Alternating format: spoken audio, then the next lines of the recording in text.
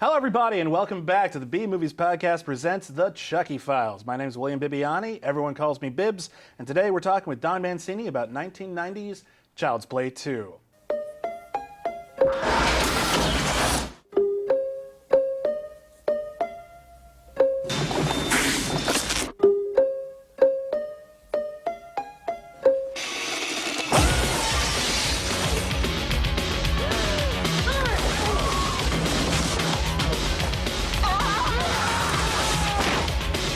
Sorry, Jack.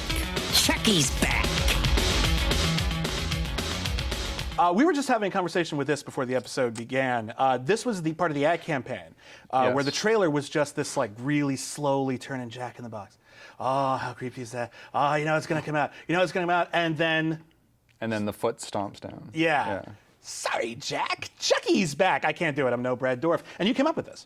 Well, I came up with the foot stomp and the line, "Sorry, Jack, Chucky's back." In fact, the music box thing, that was John LaFia's idea. Oh. John LaFia, the director of that movie. And then I, rung a twist on it. But the Universal marketing people were incredibly generous because the campaign ended up getting nominated for a Hollywood Reporter Key Art Award, and they included my name on the list. That's very, really, very nice, really nice. But it was a really effective trailer. It scared the living crap out of me Yeah. when I was a kid. And again, we're still at the point where these movies have come out when I'm young, and I'm scared crapless of them, and I'm afraid to see them. But then I saw it, and I actually really like this movie a lot. Thank you. This is actually, because this is kind of the one that's a little bit more like what I thought the original Child's Play was going to be from the trailers, where it's focused a lot more on almost like an episode of a sitcom where there's like a nice kid and then the mean kid's doing all the horrible things, and everyone thinks the nice kid's doing like a Mr. Belvedere or Hey Dude. But what's interesting to me about this film is that you're writing it again, but you're stuck with all the things that they came up with in Child's Play 1 that you didn't come up with. Right. The voodoo mythology. The voodoo mythology, Charles Lee Ray as a character. Was that easy, hard to wrap your head around? No, but I mean, by that point, I was on board. Yeah. And you weren't writing thinking I just sold my soul. I did. I cannot be objective about this. Naturally, I felt my original concept was better. Ooh. Legions of people disagree. So well, they haven't seen your original vision. Well, they never will. But that's not with that attitude. I'm just trying to be generous to the people that came up with that mythology. Right, no, and it's a lot of fun. I'm definitely not decrying it in any way. But I'm decrying it. It's stupid. There you go. Okay. But you embraced it. Ade due tempora. But yes, we had no choice but to embrace it. But I think John LaFia also we were of like minds regarding that, and we wanted to minimize it as much as possible. Right. I mean, we still were stuck with the notion that Tom Holland had created this idea that Chucky needed to transfer his soul specifically into Andy Barclay. And I never understood the rule there, where it's like it's the first person you revealed yourself to. It would be contrived. The babysitter then, wouldn't it? No, I think he means it quite literally. That like he literally said, "My name is Charles Lee Ray." Oh, okay, that does make it better. Okay, but it's still you kind of have to make a leap. Why is that in a book? That's weird. You kind of have to make a leap, and you just kind of go with it. And I think people do. But we tried to minimize that as much as possible. And it is useful as a plot momentum mechanism. It's like it gives Chucky a very specific goal. I have to get to this kid to transfer. Yeah. I mean, I was always ambivalent at best about the whole idea of that Chucky having that goal. I just thought well, why can't this just be a doll that likes to kill people? Anyway, we had that, so we used it, and it is useful. It is a useful mechanism. Now, you had the interesting task of bringing a villain back to life in a horror movie. And I thought that's always kind of fun in a sequel. You look at this a lot in like the Christopher Lee Dracula movies, where like, we vaporized them. How do we do this? We're gonna have to spend like half an hour. And you had a very clever way to do it, which is now that the company has been discredited by this killer doll incident, they're going to reassemble the original doll just to prove that there's nothing wrong with it. Right. Whose idea was that? Was that just you coming up and like, I got it, middle of the night? I actually think that specific idea might have been John's, John LaFia's. I can't remember. Okay. I do know that with that idea and with this whole movie, I was able to bring back from my original script that didn't make it into the first movie a little bit more of a focus on that company. You know, and the machinations of the marketing and the good guy dolls and the factory, you know, which this movie has the climax in the factory. That was the location of the climax in my original script. So that, you know, one of the nice things about doing sequels and ad infinitum is that, like, anything that doesn't quite feel right for this movie, you just put it in a file, you know, in a drawer, and then, you know, it's like you can recycle it for later. And there were a number of things in this movie that were holdovers from my original script. I imagine the death of the teacher. Yes. Is definitely feels like part of the original concept. Yes, that again, because in my original script, because the doll was specifically targeting Andy's enemies. Yeah. Now it's his teacher who's mean to him, and that's so, you know, in Child's Play 2, in a way, he has no real compelling need to kill her other than that he just likes to kill, which is fine. But again, his original impetus was he's going after enemies of the boy whose id he is expressing. So yeah, the teacher, the factory. I noticed that there's a lot more childlike elements. Well, part of it is the score, which is a lot more music box, but also there's a lot of references to storybooks.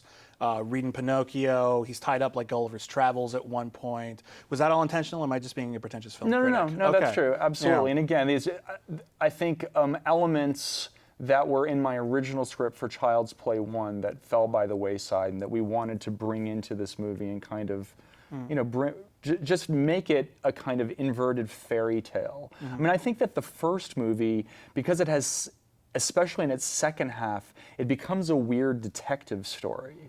Yeah, you know, and you have to get the focus. It becomes this like policier movie, you know, with a doll as. Well, you I know. mean, it takes so long for the parents to come on board and figure out what's going on, so you have to do that organically. And it's a problem because the audience is already totally way ahead of you from the first You know, we're scene. watching Chris Sarandon and Catherine Hicks. Well, it adds this element of frustration, and I've seen this in almost every movie where a child sees something horrible and the parents don't believe him. Yeah. Where it's just, you know, I've vowed, and I think a lot of people in my generation have vowed that when I have kids and they tell me my doll's killing people, I'll be like, okay, well, we're getting the fuck rid of that doll.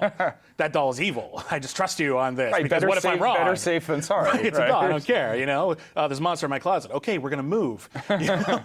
And I think these movies are kind of part of that and I think in this one you get way more into Andy as a character because in the first film, Andy's kind of blank. He's just an innocent kid. Yeah. And here we sense his frustration. We sense his fear. There's a great scene where he decides to, like, I'm going to start trying to get over my fear of this doll so I can stay with this foster family because what else am I going to do? That's one of my favorite things in that movie. Yeah. Is his deciding that since he's living with the foster family, and they already have a good guy doll there, which of course looks exactly like Chucky, he takes it upon himself to be down with it, you know. It's just like I'm cool with this doll, and of course then Chucky comes into the household, kills the Tommy doll named after Tom Holland. Oh, and, nice. Well, we thought he would appreciate that. I mean, it's an homage to Tom Holland. There you go. And he buries him in the backyard and then assumes his role. That just seemed hilariously Hitchcockian with dolls. God. Was there, so they brought you back onto this. John LaFia is onto this. Sounds like you had a decent working relationship together. Was there any new element coming into the film that was like thrust upon you by a studio or anyone who's just like, well, we have to have this in the movie this time? Or did you have more free reign?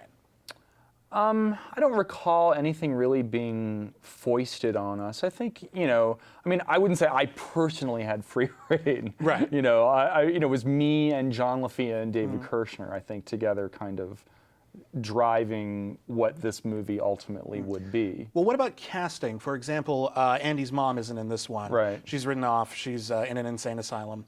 Was that just because the actress wasn't available, or was she ever intended to be in the script? It's actually a good question because my original script actually had a scene that ended up finally getting into Curse, which is the courtroom scene with the evidence, Exhibit A, you know, and having Chucky as a piece of evidence.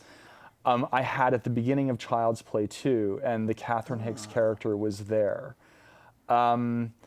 I I don't remember I honestly don't know. She just didn't want to do it, if they didn't want to pay for her. Yeah. I'm not sure. You know, she, on Child's Play 1, she met and fell in love with Kevin Yeager, who built the doll, and they got married. Yeah. So they were together, and Kevin Yeager was on Child's Play 2, so you'd have thought we would have had an in. I think if I'd had my druthers, I would want her in the movie, I think. Yeah. But I don't honestly remember. I think it was just kind of for some reason, a given that it was going to be a new story. Yeah. Tell me about the big action climax of this, because it feels kind of Terminator, the way that the doll is reconstructed and it's almost fetishized, and then at the end, it's this big industrial complex, Yep. kill him with machines that make him, basically. Right. Tell me about that process. Did you have to create around the set you were given, or was you just write anything and they made it work? More the latter, really. And as I said, that sequence was in a slightly altered form, was in my script for the original Child's Play, the first movie, and it just didn't make it into the movie. So that was something that David Kirshner and John LaFia and I all wanted to do, because we really loved the location, the arena, and just as you described it, Chucky being destroyed systematically by the machines that originally put him together. That was always the concept. We shot that in a warehouse up near Valencia. Yeah. And so it was, the whole thing was built. So it was really, the assembly line is like absurd. It doesn't really make any sense. And we just came up with the eyes go like that, and you could just fall in and have your eyes poked out. You should have had a sign, 0 days since last on-site accident. No, before we're going to move into Child's Play 3 tomorrow, but you had to kill off Chucky in this one, and you killed him off in a way that's very difficult to come back from.